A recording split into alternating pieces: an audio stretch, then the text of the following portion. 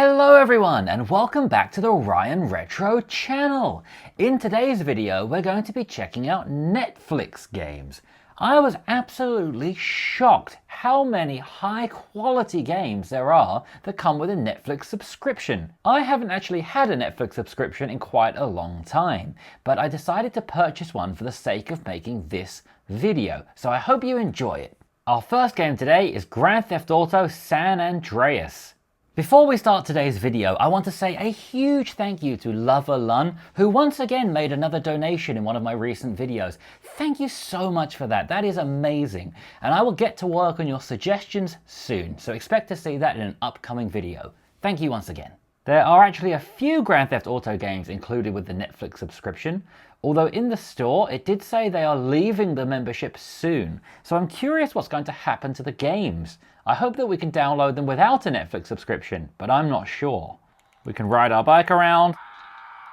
Sorry, I think I hit somebody there. We can pop a wheelie. We can, of course, jump in cars, which is the name of the game. Because all America loves a cowboy. This is the fun of Grand Theft Auto, just causing chaos. Oh, sorry guys, did I not park very well? My bad. Don't lean on my car, the disrespect! Okay, sounds like we have the police coming after us now. It's okay, because I'm hanging on a roof. Just act natural. They will never find me in my natural roof hanging position. The game runs extremely fluidly, it's 30 frames per second, it feels so smooth. It also looks great as well. I tried this game on another console, maybe PlayStation 1 or 2, and this runs and looks better. Sorry, I thought this was the road. I'm sorry, I'm used to British roads. I don't know which side of the road to drive on. Sorry. Sorry, in England we drive on the left. Sorry, guys. Uh-oh, sorry, terribly sorry. Next we have Football Manager 24 Mobile. The issue with this game is that it's touchscreen only. Football Manager for most mobile devices is actually called Football Manager Touch because it's made for the touchscreen. You can play this on the secret console, which I've shown in one of my previous videos, and that does support the controller, so I do prefer to play that one. But it runs perfectly, it looks good, all the players' faces are downloaded, so when somebody scores a goal, you'll see their real face appear on the screen, which is a nice touch, and you're able to watch the highlights of the game in this top-down 2D style. 3D is not available for this version of the game. It is available for the secret console version. You can see here the player's face as he scores a goal. Very nice feature. And this is definitely very, very playable, as long as you're okay with using touchscreen controls only. We could assign some buttons to some features on the screen, but honestly, with the way that Football Manager works, the buttons are just all over the screen. It wouldn't really be possible to assign buttons. Next up, in a similar vein, while we have a lot of very premium games, here is a little silly game, Battleship. I'm sure a lot of people watching this probably remember this game from their childhood, the real physical tabletop version.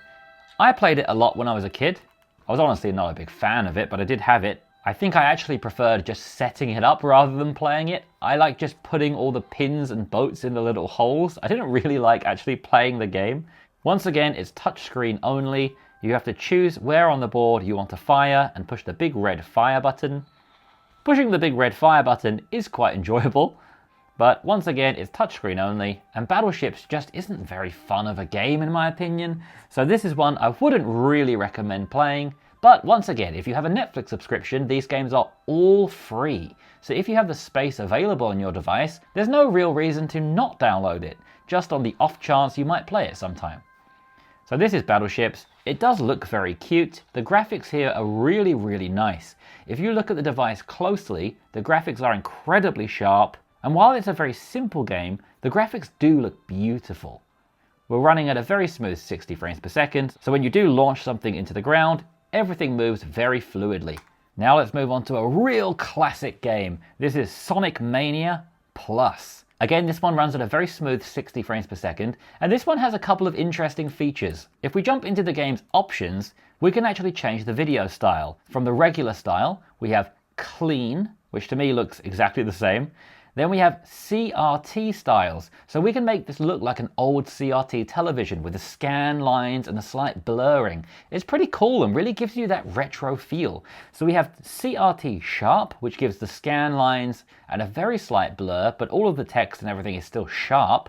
Or we have CRT soft, which is really like the old TV I used to game on. It has the scan lines, it has little bits of flickering, the text is a little bit soft, it's not overly sharp, and as I switch between that and none, I'm hoping you can see it's quite a large difference. If you look at the blue background, everything is so sharp when it says none, and when I move over to CRT soft, we have many lines in the screen, everything is soft. So let's jump into a game without the screen filter, and then we'll compare it to a game with the soft CRT filter. So jumping into the game now, this natively supports the controller, and for all of these Netflix games that do support the controller, you don't need to do anything by yourself. You don't need to set them up, they'll just automatically be working correctly with all of your buttons.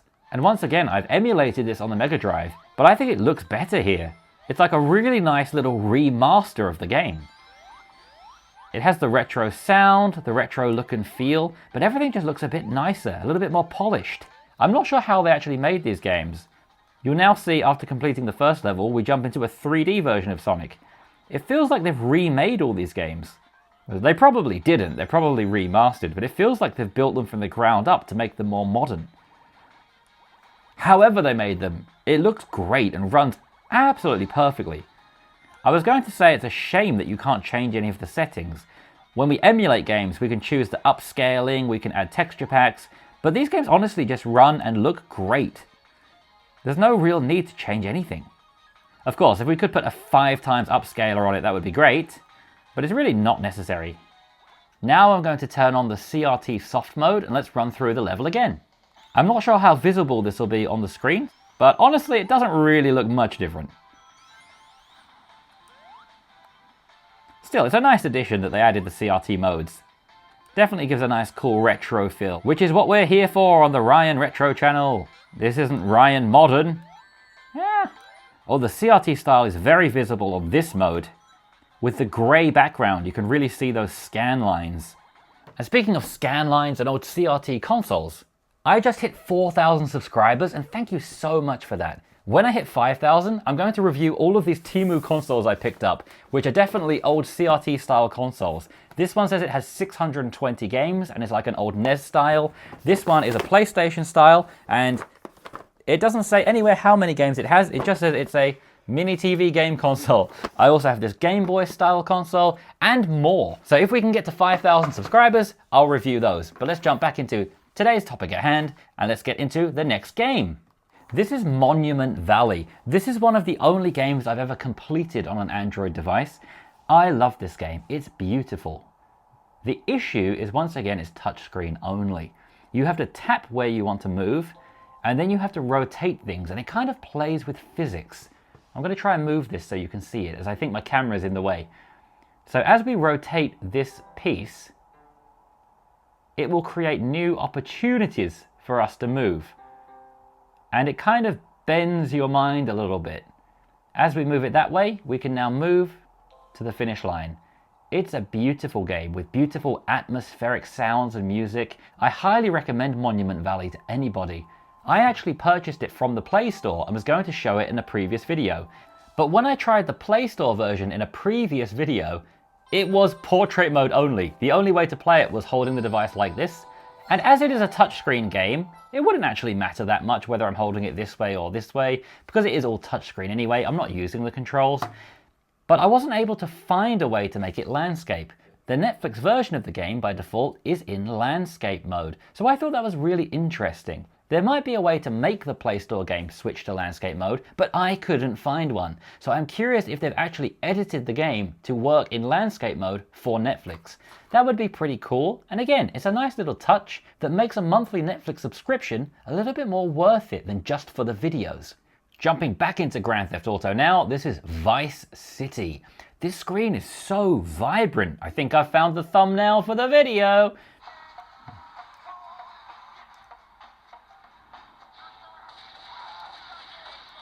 I've been playing about 30 seconds. I'm already taking out all of the police. Ow! That was uncalled for. There's a helicopter. Better get a police car. I'm one of the good guys. Okay, where do you go if the police are chasing you? To the beach. Oh, they set up the stinger trap. Well, that's my vacation ruined. I have to give credit to this game. I've been playing for a matter of probably around 2 minutes. I've already massacred a whole group of people. I have a helicopter chasing me. I've been hit by police stingers. I have a car chase on the beach. A lot of fun is happening immediately into the game. More fun is happening in this game than I've had in certain other games that I've completed. Oh, the perfect cover-up. I'm just sunbathing, guys. Hey, how can I sunbathe when you put a big shadow on me? That's rude.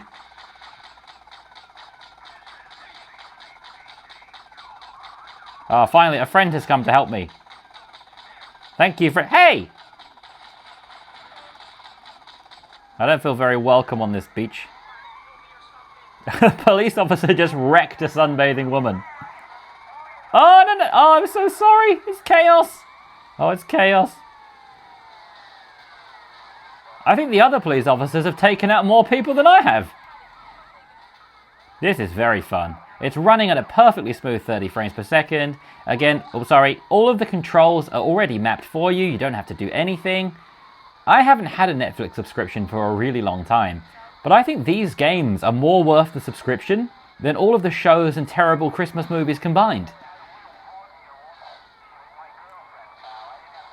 Oh, flawless execution. Okay, I have a question, guys. My question is... sorry. My question is... What's this alien? My question, guys, is... Can I get in the helicopter? Whoa, what's going on over there? I'm causing the least chaos in this whole town. Hello? Oh, sorry. My car's a little bit broken. Can I... Oh, yeah. Oh, perfect. Can I have your car, please? Thank you.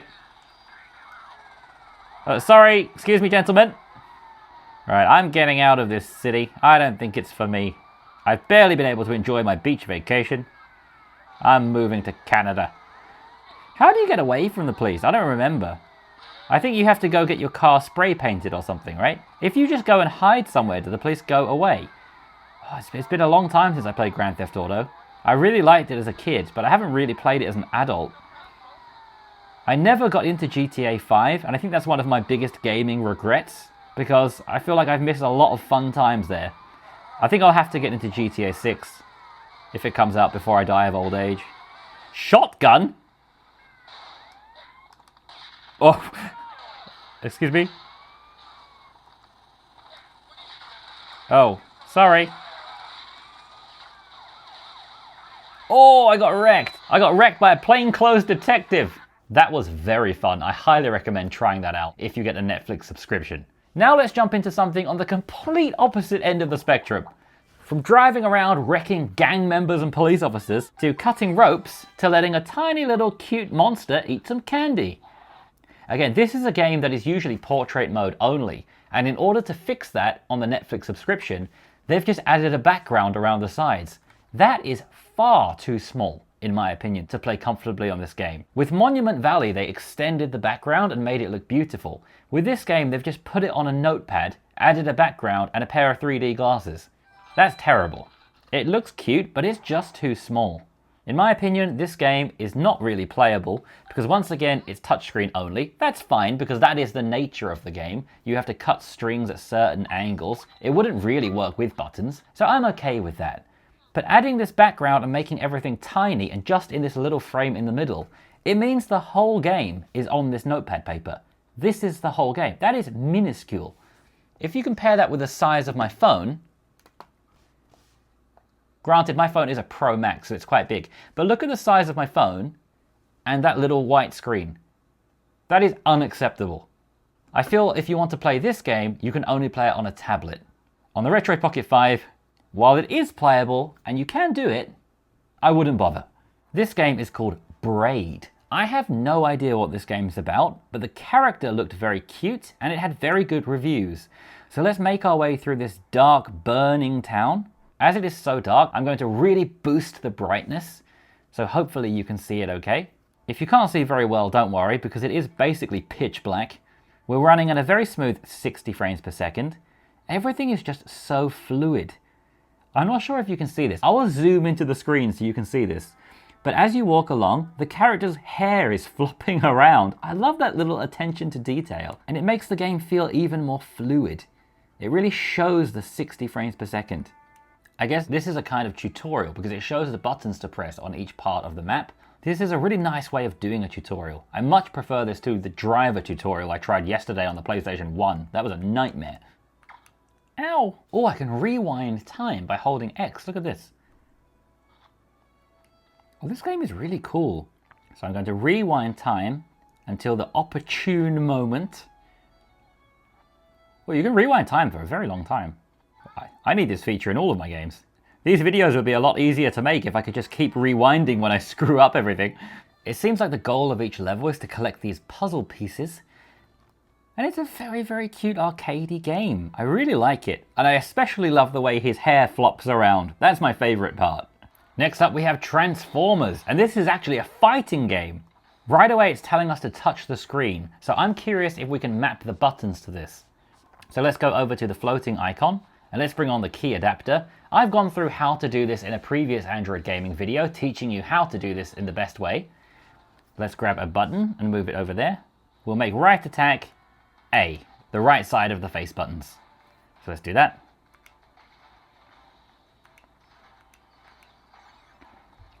Medium attack swipe right. Now this is going to be tricky. In order to make a swipe gesture, I've put the right analog stick over there. And then I'm going to move the right analog stick right. So then it's like I'm swiping my finger over the screen. I've also turned the Y-axis all the way down so that it's only registering left to right and it's not really registering almost any up and down. That way I don't have to be perfectly accurate when I flick the stick and it will register as a swipe to the right because it's only really checking if I'm moving left and right. It's not really checking up and down so much. So by setting the Y-axis, which means up and down, very low, and keeping the X-axis, left and right, very high, as long as I just flick the stick to the right, it's going to register that as swiping over to the right.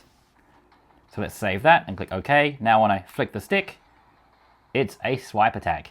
Now to block, we need to hold left. So I think what I'll do is I'll make blocking the left trigger and I'll make attacking the right trigger. I think that will give me better control. Of course, this whole process is just trial and error, going through and seeing what feels comfortable. So now that I chose the right stick to swipe, it's going to be quite hard to swipe and also push the face buttons. So I'm going to try and swipe with the sticks and use the triggers at the same time. That will be a lot more comfortable. For now, I'll move that joystick out the way. I'll select that A button and choose the right trigger. Now you can see it says R2. I'll now put the right stick back. We want to hold left to block. So I'm going to make that the left trigger. So let's do that and OK. So let's hold the left trigger and we're blocking. Heavy attack, hold right. Well, that was pretty cool. Okay, so now we're ready. And now we have hold the right trigger for a heavy attack, tap the right trigger for a regular attack, hold the left trigger to block, and then swipe right was a medium attack. So swipe right, tap the trigger, hold the trigger, and hold this trigger to block. Now we have a special attack, which we need to tap this part of the screen. So we're using the two triggers and the right stick. What do we want to use for the special attack? I'm thinking maybe I want to click in the right stick. Of course, every single part of this is personal preference. I'm just teaching you how to set it up. So I'm going to swipe over, key adapter, bring over a button. And because my fingers are already on the triggers and the right stick, I'm going to keep it simple and click in the right stick in order to do my special attack. So let's click in the right stick. It's assigned R3 to this. Let's say OK. And now let's click the right stick. Here we go. Well, this is a very cool game. Wow. Again, it looks incredible. It runs very smoothly at 30 frames per second. This is awesome. The only thing we need to check is with some games on Android, if you change the controller type from Retro to Xbox, they natively support games. So one thing I will do is close this app down. I will change the controller style from Retro to Xbox, And then when we launch the game again, let's see if it's natively going to give us some button controls. It works in some games, such as Call of Duty games, but most games it doesn't. Jumping into the game, there are no automatic controls. So let's switch back to our retro control that I had before. So it wants us to swipe up or down on this side of the screen. So while I have the right analog stick over here, I'm going to now map the left analog stick over this side. And because we need to swipe up and down, I'm not going to lower the Y-axis sensitivity like I did over here. As I said, it is trial and error, and as the game keeps giving us new controls to use, we're going to have to go through and change them as we go. So now let's add the left analog stick over here. Let's tap on it and make sure everything's at 100%. Yes, it is. Save and confirm. So now we can swipe up or down to sidestep, swipe right to dash, and once again our special attack's ready, which was the right stick. And now I think we're ready to fight again. We can sidestep, we can block, we can attack, we can do a big attack, a small attack. We are ready. Oh, and we didn't even have a chance to do our special attack because we won. As I showed in my previous video, once you get used to these controls, you can then make these buttons disappear by bringing up the floating icon menu, going to key adapter, choosing this hexagon shape, and here we have the transparency of the buttons. So if you just bring that transparency all the way down to 0% and click OK, all of the buttons are now hidden. They're still there, but they're invisible. So we can now play the game with no visible buttons, but they're all mapped correctly. There are still more Netflix games I want to show you, but for now let's end the video here and say thank you very much for watching everyone. Please like and subscribe. If you'd like to pick up your own Retroid Pocket 5, then you can go to the official Retroid website using my affiliate link in the description of this video. Thank you one more time for watching, I really hope you enjoyed it, and I'll see you again tomorrow for another Retroid Pocket 5 video. Thank you and goodbye.